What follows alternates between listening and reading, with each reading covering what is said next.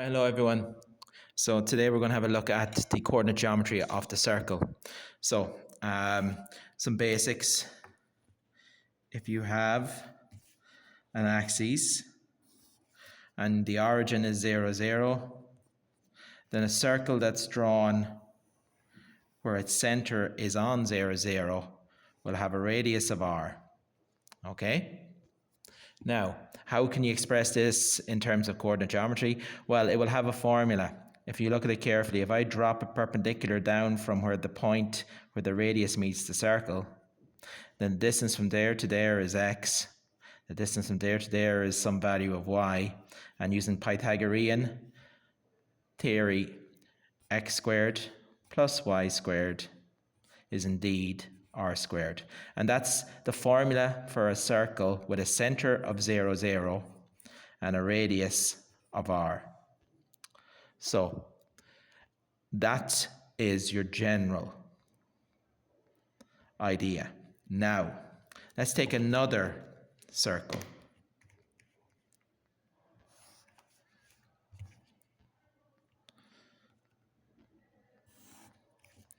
But let's put this circle away from the origin, okay?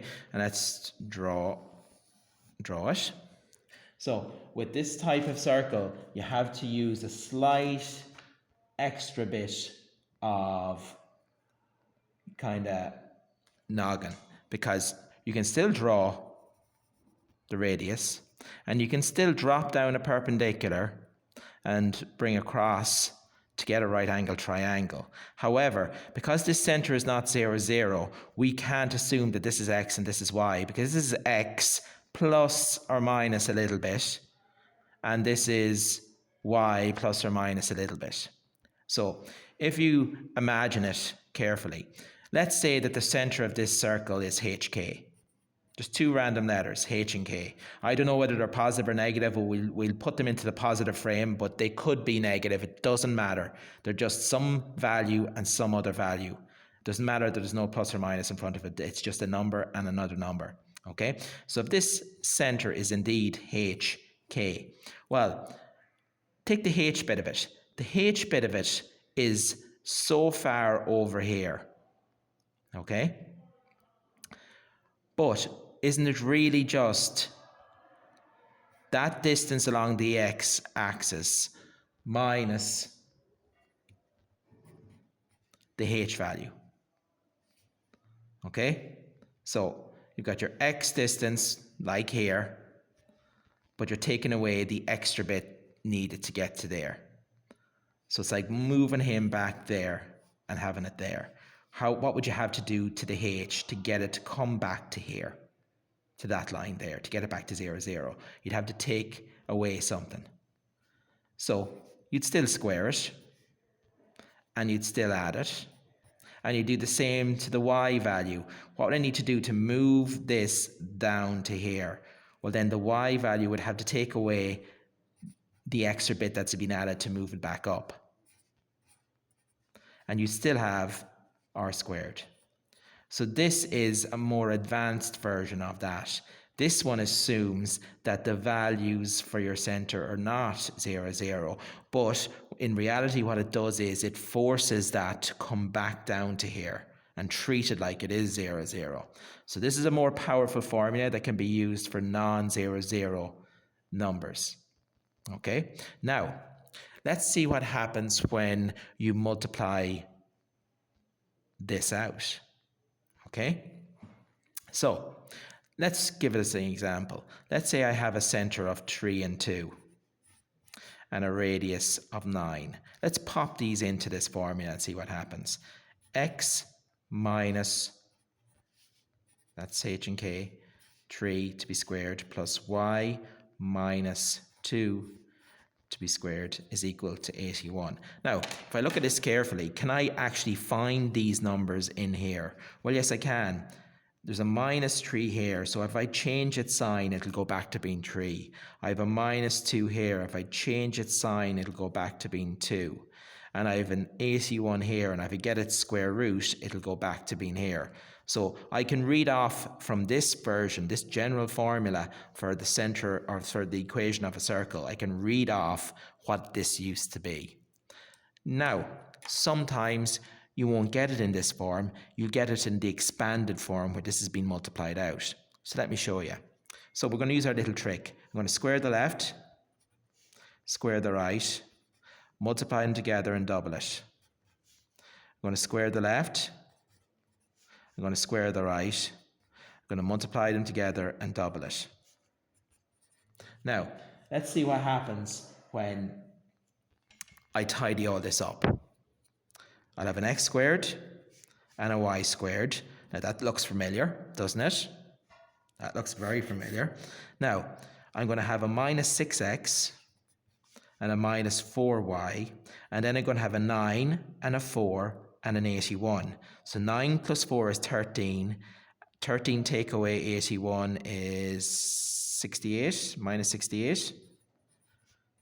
Now, this is another version of this.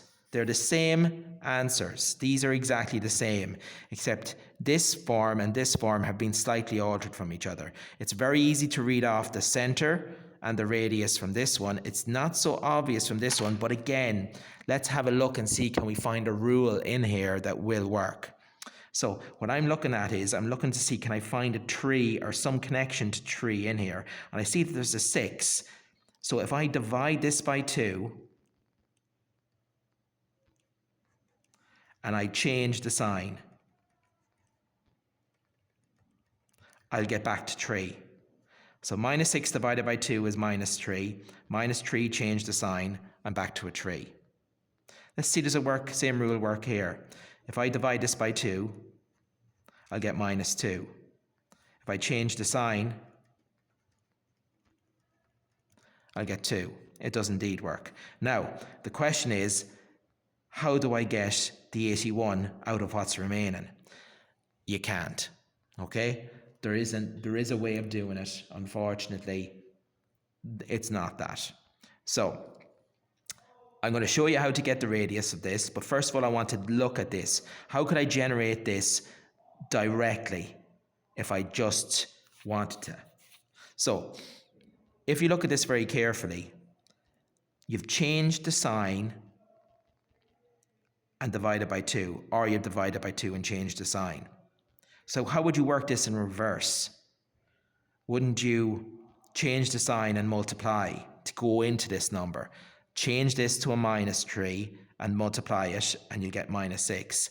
Change this to a minus 2, multiply it, you get minus 4. So as long as you know this algorithm, you can work forward or backwards into it. Now, what's really cool is this assumes that the center of your circle is the complete opposite of what you think. In other words, instead of h and k, it assumes that it's both minuses. And of course, they're not going to be both minuses, but this built-in minus will adjust for any positive or negative that you needed.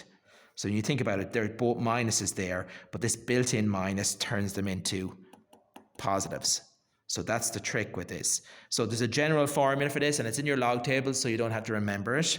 So the general formula for this is just going to be x squared plus y squared plus 2gx plus 2fy plus c equals 0. So if you look carefully, that's twice g and change the sign, twice f and change the sign, and the c value is just this number here. Now to find the radius using this formula, it's just the square root of g squared plus f squared minus the constant. Okay?